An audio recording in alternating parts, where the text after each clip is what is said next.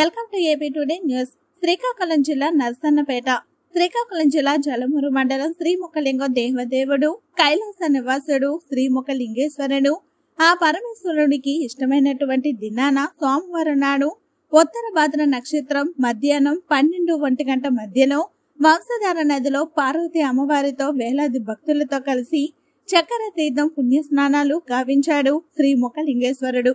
శ్రీముఖలింగేశ్వరుడు అందుకు సంబంధించి భారీ భద్రత శ్రీకాకుళం జిల్లా ఎస్పీ మేడం గారు, నరసన్నపేట సిఏ గారు, జలమూరు మండల ఎస్ఐ గారు, గ్రామ సర్పంచ్ సతీష్ గారు, సిఏ గారు మాట్లాడుతూ భారీ భద్రత కల్పించామన్నారు.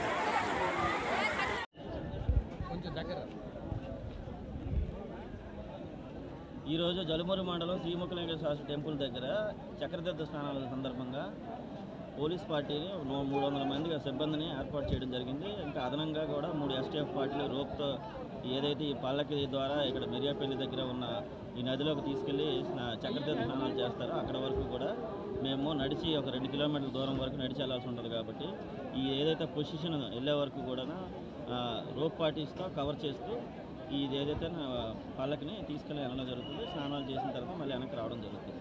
దీనికోసం మేము ఇప్పుడు వరకు 300 మంది సుమారు సిబ్బందిని, అలాగే ఆఫీసర్స్ ఒక 20 మంది లాగా ఏర్పాటు చేసి ఈ బందోబస్తు ఏర్పాటు చేయడం జరిగింది.